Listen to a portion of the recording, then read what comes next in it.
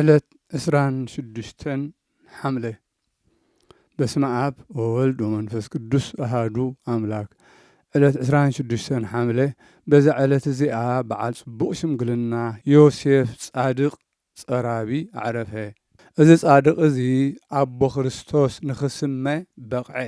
ጎይታ ናብዚ ዓለም እዚ ኩሉ ሕጊ ትስብእቲ ብዘይካ ኃጢአት በይና ክፍጽም ብስጋ ኣብ ዝመጻሉ ስለ ዘዕበዮ ስለ ዘገልገሎ ቅዱስ ወንጌል ብዛዕባኡ ከም ዝመስከረ ንሱ ሕያዋይ ከም ዝኾነ ምእንቲ እዚ ነዴና ቅድስት ድንግል ማርያም ናብኡ ኣማዕቆብዋ ንኽሕልዋ ሓደራ ሃብዎ። ነዚ ጻድቕ እዚ ምስ እግዝእትነ ማርያምን ምስ ሰሎሜን ብዙሕ ሽግርን ድኻምን በጽሕዎ እዩ። ንሱ ንጎይታና ኢየሱስ ክርስቶስ ካብ ቅትለት ሄሮድስ ኸድሕኖ ክብል ካብ ቤተልሔም ናብ ምድሪ ግብጺ ብምህዳሙ ከምኡውን ካብ ግብጺ ኣብ ምምላሱ ካብ ግብጺ ድሕሪ ምምላሱ ካብ ኣይሁድ ብዙሕ ሽግር በጽሕዎ እዩ። ካብ ዝሓላፈ ዓለም ናብ ሃገረ ሕያዋን ዝግዕዘሉ ግዜ ምስ በጽሐ ንኣርባዕተ ደቁ ጸውዖም። ንሳቶም ከዓ ዮስጦስ ወይ ከዓ ስምዖን፣ ይሁዳ፣ ዮሳ፣ ያዕቆብ ከምኡውን 3 ኣዋልድ ደቁ ሰዓሞም እሞ ኢዱ ዘርጊሑ ነፍሱ ናብ ኢድ እግዚኣብሔር ኣማዕቆበ። ናይ ዘለኣለም ሕይወት ከዓ ወረሰ። ኩሉ መዋዕል ሕይወቱ ከዓ 114 ዓመት ገበረ። ቅድሚ ምምርዓዉ 40 ዓመት ምስ ተመርዓወ ድማ 52 ዓመት ምስ ሰበይቱ ተቐመጠ።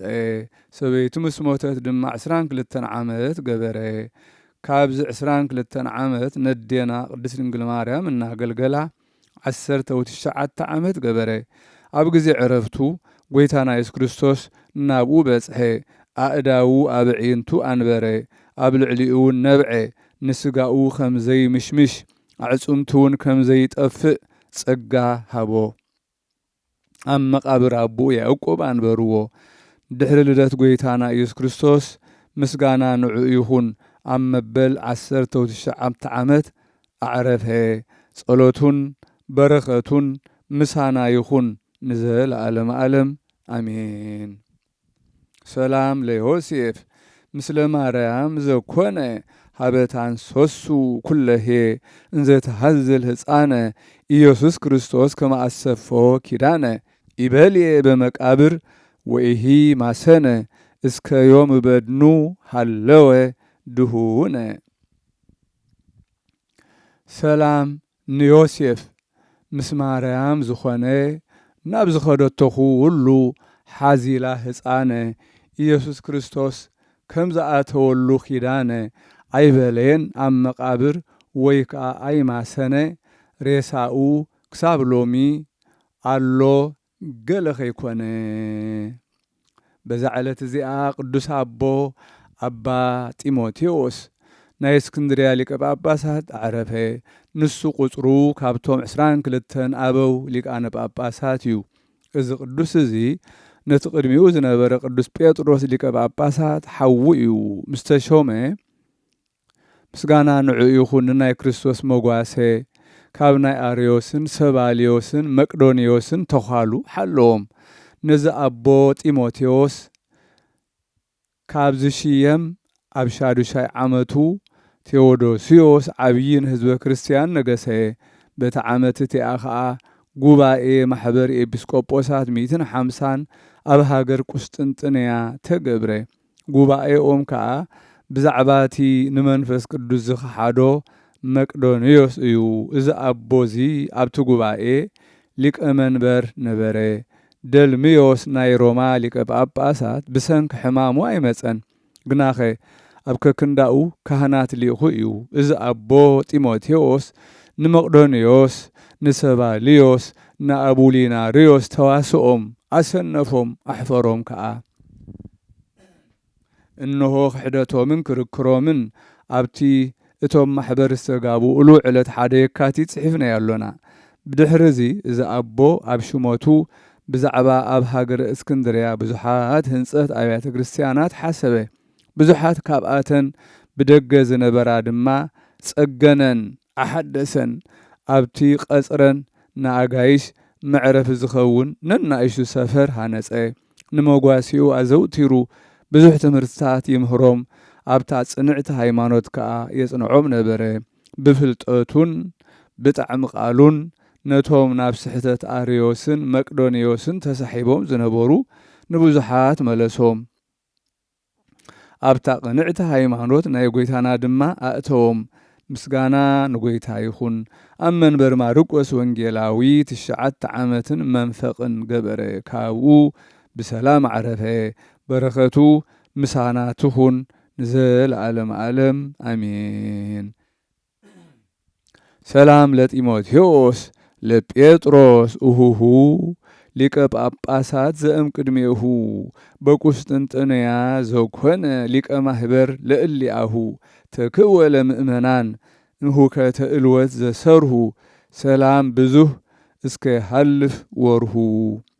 ሰላም ንጢሞቴዎስ ንጴጥሮስ ሓዉ ወድነኡ ሊቀ ጳጳሳት ዝነበረ ብቅድሚኡ ኣብ ቁስጥንጥንያ ዝኾነ ሊቀ መንበር ነቶም ጉባኤኡ ንምእመናን ተኻዕወ ካብ ሁከት ክሕደት ጥፍኣት ዝፍሪኡ ብዙሕ ሰላም ክሳብ ዝሓልፍ ጊዜኡ። በዛ ዕለት እዚኣ ኣባ ሰላማ ከሳቴ ብርሃን ናይ ኢትዮጵያ ናይ ብሔረ ኣግኣዚ ቀዳማይ ጳጳስ ኣዕረፈ። ዜናኡ ከምዚ ዝስዕብ እዩ። ሓደ ሰብኣይ ሜሮቦጶየስ ዝስሙ ሓለቓ መማኽርቲ ይብሎ ካብ ሃገር ጽርኢ ግሪኽ ንሃገረ ኢትዮጵያ ክርእያ ደልዩ ምስኡ ከዓ ካብ ዝማዱ 2 ደቂ ሒዙ መፀ። ስምቲ ሓደ ፍሬምናጦስ እቲ ካልኣዩ ከዓ ኤስድዮስ ይበሃሉ።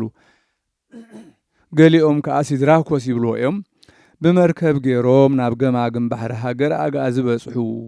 እቲ ኣቐዲሙ ብልቡ ዝምነዮ ዝነበረ ጽቡቕ ረኣዮ ንዓዱ ክምለስ ኣይደለየን። ነገር ግን ጸላእቲ ወይ ድማ ሸፋቱ ኣብ ልዕሊኡ ተንስኦም ቀተልዎ። እቶም ናእሽቱ ቆልዑ በይኖም ተረፉ እሞ እቶም ሰብቲ ሃገር ማረኽዎም። ንሳቶም ከዓ ኣብ ኣኽሱም ንዘሎ ኣልዓሜዳ ዝተባህለ ንጉስ ኣመሃ ገጸ በረኸት ኣወፈይዎም። ንጉስ ከዓ ንኤስድዮስ መጋቢ ኣመሓዳሪ ንፍሬምናጦስ ከዓ ዓቃቢ ሕጊ ጸሓፊ ሾሞም። ድሕሪ ቁሩብ ዓመታት ንጉስ ዓረፈ እሞ ንወዱ ኣይዛና ህፃን ገደፎ። ንሳቶም ከዓ ትምህርተ ክርስትና እናመሃሩ በብንእሽቶ ኣዕበይዎ። ቤት ጸሎት ሃነጹ። ቆልዑ ህፃናት ኣኻኺቦም ከዓ ኩሉ መዝሙራት ዳዊት መሃልያት መጻሕፍቲ ሓዲሳት መሃርዎም። እዚ ህፃን ዝጸንሐ ኣይዛና ዓቕሚ ኣዳም ምስ በጽሐ ማለት ምስ ጎበዘ ንዓዶም ክኸዱ ሓተትዎ። ኤስድዮስ ናብ ሃገር ጢሮስ ከደ። ፍሬምናጦስ ከዓ ናብ እስክንድርያ ከይዱ ኣብ አትናቴዎስ ሊቀ ጳጳሳት ኣተወ። ቅድም እቲ ኣብኡ ዝኾነ ነገር ነገሮ። ካብኡ ድማ ሰብ ኢትዮጵያ ከዓ ትምህርተ ክርስትና ከም ዝተቐበሉ ጳጳስ ግን ከም ዘይብሎም ኩሉ ኣዘንተወሉ። ኣባ አትናቴዎስ ከዓ ንፍሬምናጦስ ናይ ኢትዮጵያ ጳጳስ ሾሞ። ብዓብዪ ክብሪ ማለት ማዕርገ ጵጵስና ሸይሙ ለኣኾ። ኣብ ዘመን መንግስቲ ኣብርሃን ኣጽብሃን ከዓ ናብ ብሔረ ኣግኣዚ ኣትዩ ብሰላም ክርስቶስ ምስጋና ንዑ ይኹን ሰላም ሰበኸ። ምእንቲ እዚ ከዓ ኣባ ሰላማ ተሰምየ። ንሰብ ኢትዮጵያ ትምህርቲ ክርስትና ምሂሩ ምስ እመኖም ብሰላም ዓረፈ። በረኸቱ ምሳና ትኹን ንዘለዓለመ ዓለም አሜን። ሰላም ሰላም በቃለ ትፍስሕት እብሎ እንዘ ኣኣብዮ ወኣልዕሎ ሰላማ ማሂቶት ዘምህረት ወተሳህሎ አስረቀ በኢትዮጵያ ለብርሃነ ክርስቶስ ጸዳሎ እንዘ በላዕሌሃ ጽልመት ወቆባር ሃሎ።